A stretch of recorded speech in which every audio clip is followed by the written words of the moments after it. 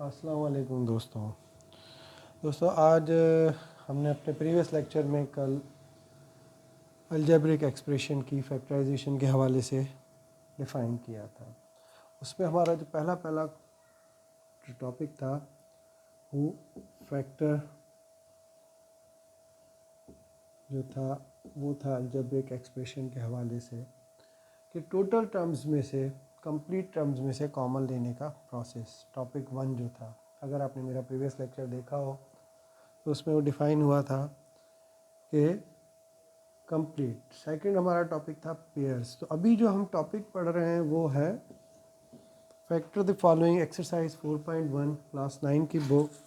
उसमें हमने जो टॉपिक अपने first according to first topic कि जो टोटल अलजेब्रिक एक्सप्रेशन गिवन है उसमें से जो हमारी कॉमन टर्म्स निकल रही हैं आज हम उसके हवाले से पढ़ रहे हैं। तो क्वेश्चन नंबर 1 कम्प्लीटली है भी उसी के हवाले से। पहला हमारा जो क्वेश्चन है उसका पार्ट 1 है 4x + 16y + 24। तो दोस्तों कल एक चीज़ और डिफ़ाइन करनी थी। अब जैसे ये है 4, ये है 16, ये है 24, हमारे पास ये 3 टर्म्स हैं। तो पहले हमने जब भी फैक्टर करने का उसूल यह है कि पहले हम लोगों को इस गिवन कंडीशन में से जो कोएफिशिएंट्स होते हैं, अब पहले मैं आपको कोएफिशिएंट्स भी क्लियर कर दूं। अब जैसे ये 2x लिखा हुआ है, सो वेरिएबल के आगे जो भी नंबर होता है, जो भी रियल नंबर होता है, उसको हम कोएफिशिएंट बोलते हैं। ठीक है दोस्तों, तो अब बेसिक चीज़ ये होती है कि कोएफिशिएंट कॉमन कैसे लिया जाए। तो कोएफिशिएंट कॉमन लेने का रूल ये होता है कि वो नंबर जो लीस्ट हो और रिमेनिंग टर्म्स को डिवाइड करता हो। क्या करता हो? डिवाइड। अब हमारे पास फर्स्ट कोएफिशिएंट है, x का कोएफिशिएंट है 4, y का कोएफिशिएंट है 16, 24, z का कोएफिशिएंट है 24। तो अब हमारे पास जो चीज़ कॉमन आ रही है वो इन 3 एलिमेंट्स में से वो नंबर जो इन तीनों को डिवाइड करता हो और लीस्ट वैल्यू। तो जो पहला नंबर है वो है 4। अब हमने ये चेक करना है कि 4 छोटे में छोटी वैल्यू है, तो इट मीन्स हमने पहली प्रायोरिटी देनी ही 4 को है। 16 और 24 की तरफ हम बाद में जाएंगे, पहले हम देखते हैं 4 जो छोटा नंबर है। तो छोटा नंबर क्या है? 4। अब 4 16 को डिवाइड करता है कितना टाइम?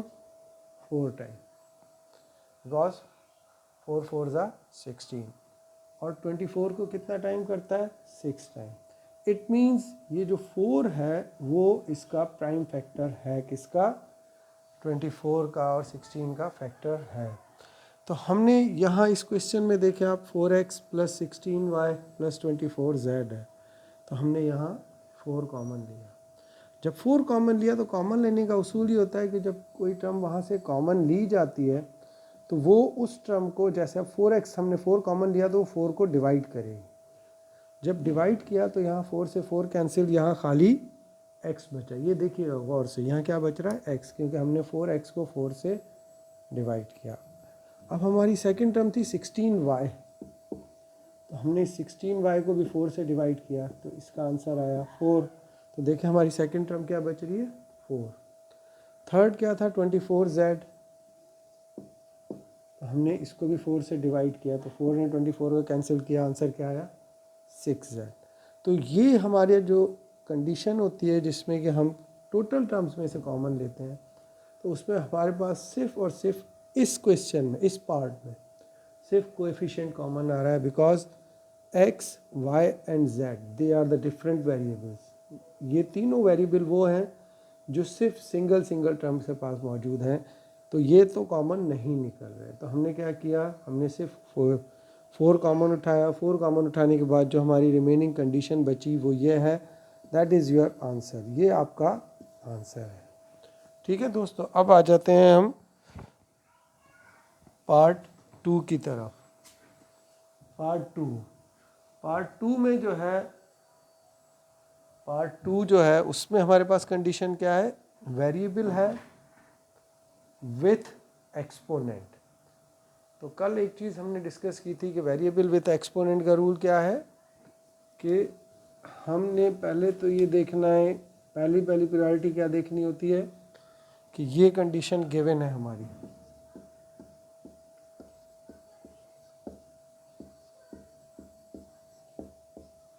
ये कंडीशन गिवन है। अब इसमें हमने पहले तो ये देखना है कि कोएफिशिएंट, अब इसका कोएफिशिएंट क्या है, कुछ नहीं है, मीन्स 1 है। ठीक है जी, इसका मतलब कि कोएफिशिएंट हमारे मैच नहीं कर रहे हैं इस पूरी टर्म से, और हमारी टर्म्स भी ऑड हैं, 3 टर्म्स हैं। जब 3 टर्म्स हैं तो आपको मैं कल डिफाइन कर चुका था कि 3 टर्म्स हैं तो उसका उसूल क्या होता है कि अगर दैट इज़ क्वाड्रेटिक तो फिर तो हम चले जाते हैं दूसरे मेथड की तरफ, पर अगर वो क्वाड्रेटिक कंडीशन में नहीं है, कंप्लीटिंग स्क्वायर में क्वाड्रेटिक में नहीं है, तो फिर हम प्रायोरिटी किसको देते हैं, हम प्रायोरिटी देते हैं कंप्लीट टर्म्स में से कॉमन लेना, कंप्लीट टर्म से कॉमन लेना। तो अभी हम इसकी कंप्लीट टर्म से कॉमन नोट करेंगे। तो कोएफिशिएंट की कंडीशन तो क्लियर हो गई कि भाई यहाँ 1 है, यहाँ 3 है, यहाँ 4 है, तो कोएफिशिएंट कॉमन हमारा नहीं निकल रहा। अब आते हैं हम वेरिएबल्स की तरफ। तो आप इस क्वेश्चन में इस पार्ट पे देखें कि आपके वेरिएबल कितने हैं, x square y, x square y z. तो अब सिर्फ और सिर्फ आपका ये जो एक्स स्क्वायर है ये इन तीनों कंडीशन में, तीनों टर्म्स में मौजूद है, बाकी कोई भी वेरिएबल कॉमन नहीं निकलता। तो देखिए हमने सेकंड पार्ट में सिर्फ और सिर्फ एक्स स्क्वायर कॉमन लिया, ये एक्स स्क्वायर कॉमन आने के बाद अगेन एक्स स्क्वायर को एक्स स्क्वायर में डिवाइड किया, यहाँ क्या बचा 1, यहाँ एक्स स्क्वायर से एक्स स्क्वायर कैंसिल हो गया, ये 3y बचा, यहाँ भी एक्स स्क्वायर कैंसिल, तो 4y Z square Z, 4y square Z. तो ये आपका आंसर आ गया सेकंड पार्ट का। अब आ जाते हैं हम थर्ड पार्ट की तरफ। थर्ड पार्ट क्या है, 3pqr 6pqt 3pqs। अब हम इसको यहाँ लिख के एक्सप्लेन करते हैं।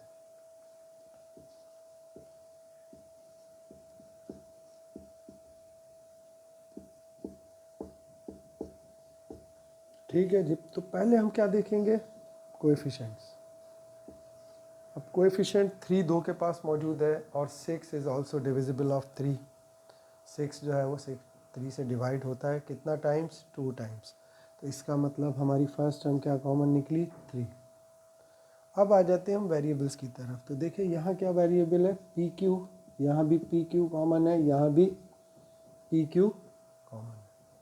तो हमने यहाँ से पी क्यू उठाया, जब पी क्यू कॉमन ले लिया तो आप देखें 3 से 3 कैंसिल, पी क्यू कैंसिल, तो फर्स्ट टर्म में हमारे पास क्या बचता है, खाली आर। हमने वो टर्म लिखनी है जो रिमेनिंग बच रही है आफ्टर डिवीजन, जो कॉमन टर्म ली है वो सबको डिवाइड करेगी, डिवाइड करने के बाद जो टर्म बच रही है वो हमने यहाँ लिखनी है। तो हमने क्या लिखा, आर। यहाँ क्या लिखा, 3 2 6, 3 ने डिवाइड किया, पी क्यू कॉमन निकला तो ये 2t, इधर 3 पी क्यू कॉमन निकलने के बाद कैंसिल हो गया तो बचा s। That is your answer. तो ये देखिए यहाँ ये हमारा आंसर, ये मैंने पहले से इसलिए लिख दिए थे मैं यहाँ पे आपको इसकी एक्सप्लेनेशन दे सकूँ। तो अब ये 3 टॉपिक्स थे हमारे, 3 पार्ट्स थे क्वेश्चन नंबर 1 के। अब हम चलते हैं इसके रिमेनिंग पार्ट्स की तरफ। ठीक है दोस्तों, ताकि आपको क्वेश्चन नंबर 1 अभी मैं आपको कंप्लीटली सॉल्व करवाता हूँ। ठीक है जी, अब हम बुक की तरफ चलते हैं। बुक में पार्ट 3 है और मैंने कल आपको बताया था कि हमने जो पहला टॉपिक पढ़ा common factors in all terms. तो ये जो प्रोसेस निकल रहा है क्वेश्चन नंबर 1 का है वो क्या निकल रहा है, common factors in all terms. ठीक है जी, ये आपका पहला टॉपिक है। अब आ जाते हैं हम क्वेश्चन नंबर इसके पार्ट 4 की तरफ। अब इसका पार्ट 4 देखें जी, यह है 9QR S square plus T square. ठीक है जी, plus 18 Q square R square S square plus T square. ये आ जाती है आपकी सेकेंड। अब इस क्वेश्चन में आप देखें इस पार्ट में हमारे पास टर्म कितनी मौजूद है, जस्ट ओनली 2, और बिटवीन दीज 2 टर्म्स हमारे पास साइन कौन सा है, माइन प्लस। और एक चीज़ और नोट करें कि आपकी जो टर्म है वो कंप्लीटिंग माना परफेक्ट स्क्वायर नहीं है। अगर ये परफेक्ट स्क्वायर होती और बीच में माइनस होता तो हम डिफरेंस ऑफ अ स्क्वायर की तरफ चले जाते, मगर यहाँ वही कंडीशन है कि Q और R is not perfect square, 18 perfect square नहीं है, S square plus T square perfect square नहीं है। तो इस वजह से हमने यहाँ भी सेम मेथड अप्लाई करना है, common factors in all terms. तो पहले हम आ जाते हैं इसके कोएफिशिएंट्स की तरफ। तो इसका कोएफिशिएंट क्या है दोस्तों, 9 और 18। तो अब यहाँ क्या कॉमन निकलेगा, 9, बिकॉज 9 वो टर्म है जो 18 को डिवाइड कर सकती है। अब आ जाए आप वेरिएबल की तरफ। तो इसका वेरिएबल में अब देखें, इसकी कंडीशन में वेरिएबल में हमारे पास दो चीज़ें आती हैं। ये क्या है, क्यू आर, ये क्या है, क्यू स्क्वायर आर स्क्वायर। तो दोस्तों एक चीज़, अब मेरे पास एक टर्म है क्यू, दूसरी है क्यू स्क्वायर, तो इसके ऊपर है पावर 1। तो हम पावर 1 वाली टर्म जब कॉमन लेंगे, पावर 1 वाली टर्म कॉमन लेंगे तो वो इसको भी डिवाइड करेगी और इसको भी डिवाइड करेगी। तो ये तो आया Q1, ये कैंसिल हो गया, यहाँ बचा 1। इधर क्या होगा, अकॉर्डिंग टू एक्सपोनेंशियल लॉ ये ऊपर जाए कि माइनस, सेम बेस है, इसकी पावर मूव करेगी, माइनस की होगी। तो यहाँ क्या बचेगा हमारे पास, Q पावर 1 कॉमन निकला हुआ था, यहाँ बचा Q पावर 1। अब आ जाए 1, तो 1 हम पावर कभी भी किसी टर्म के ऊपर नहीं देते। ये तो जस्ट मैंने आपको एक एक्सप्लेन करने के लिए बताया कि भाई आप इस तरह से कॉमन लेते हैं। तो इसका मतलब कि हमारे पास Q कॉमन आ सकता है, क्योंकि यहाँ स्क्वायर है, यहाँ पावर 1 है। R स्क्वायर है तो यहाँ R है, तो इट मीन्स R कॉमन आया। अब ये ब्रैकेट देखें, ये दोनों के पास मौजूद है सेम कंडीशन में, तो हमने इसको भी कॉमन लिया। ठीक है दोस्तों, अब जब ये कॉमन चला गया तो हमारे पास यहाँ ये पूरी टर्म, कंप्लीट टर्म कॉमन निकल गई। इट मीन्स इसको जब इस टर्म ने डिवाइड किया तो यहाँ बचेगा खाली 1, और यहाँ 18 को जब डिवाइड किया तो 2S square plus T square दोनों आपस में कैंसिल हो गए। Q पावर 2 और Q पावर R स्क्वायर में से Q R दोनों माइनस किए तो हमारे पास बचा खाली सिंगल पावर वाली टर्म। तो इसका आंसर हमारे पास ये आता है।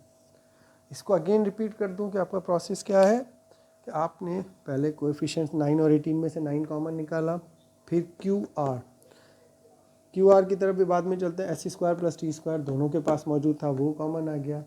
अब Q की स्क्वायर है, यहाँ पावर 1 है, तो लीस्ट पावर कॉमन निकाली जाती है। तो पावर 1 जब कॉमन निकाली तो यहाँ 1 बचा।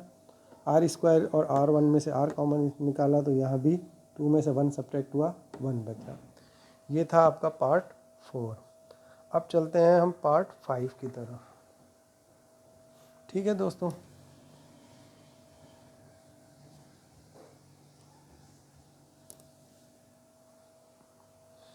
अब आ जाते हैं हम पार्ट 5 की तरफ। पार्ट 5 हमारा जो है वो फ्रैक्शन में है।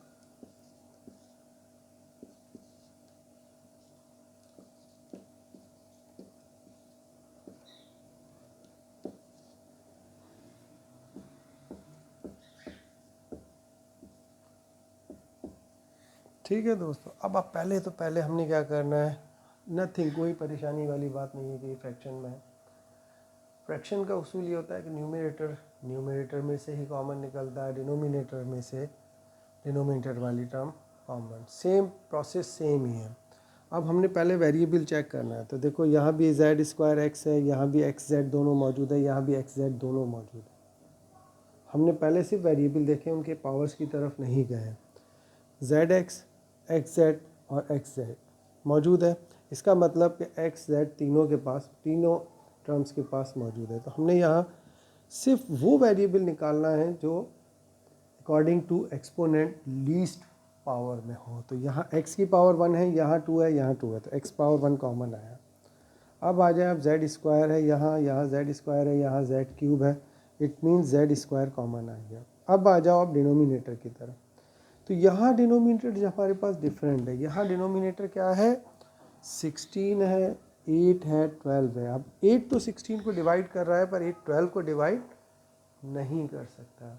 तो इसका उसूल क्या है कि हम इसमें से वो एलिमेंट जो इन तीनों को डिवाइड कर सके, वो टेबल जो इन तीनों को इजीली डिवाइड कर सके, वो कॉमन लेते हैं। तो इसका मतलब कि 4 16 को डिवाइड कर सकता है, 8 को 2 टाइम्स कर सकता है, 12 को 3 टाइम्स। तो हमारा जो एलिमेंट कॉमन आया वो आया 4।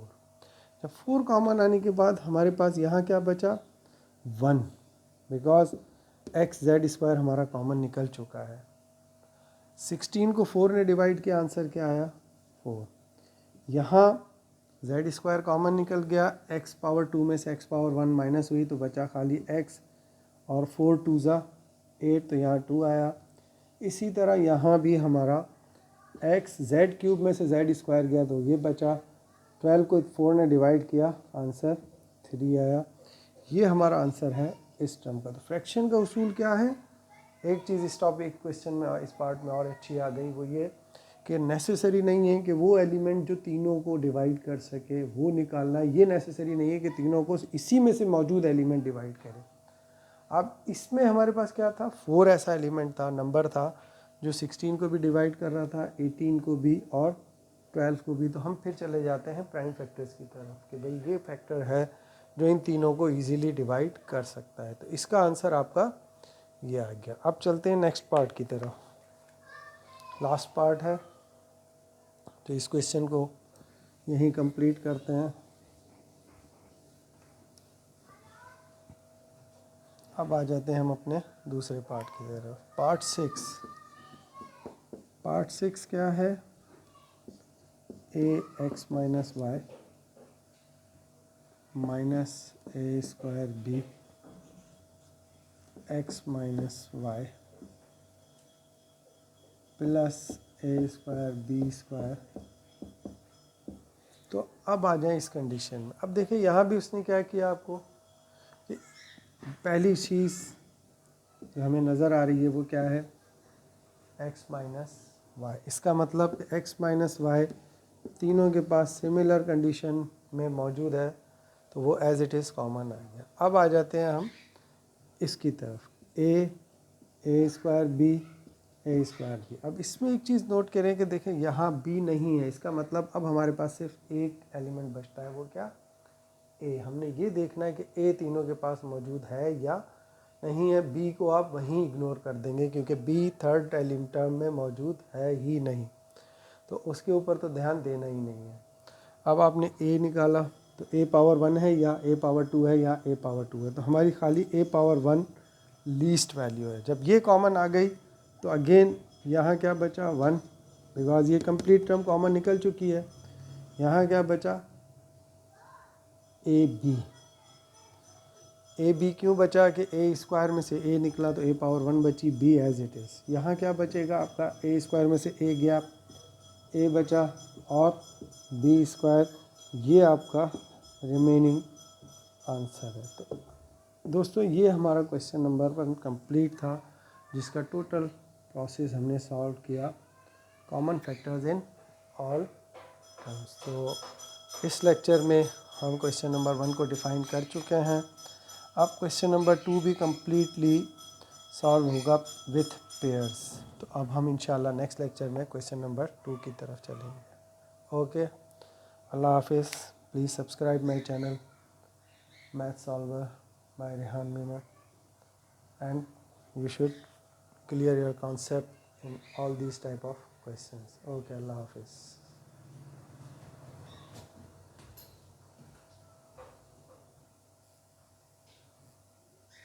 Off the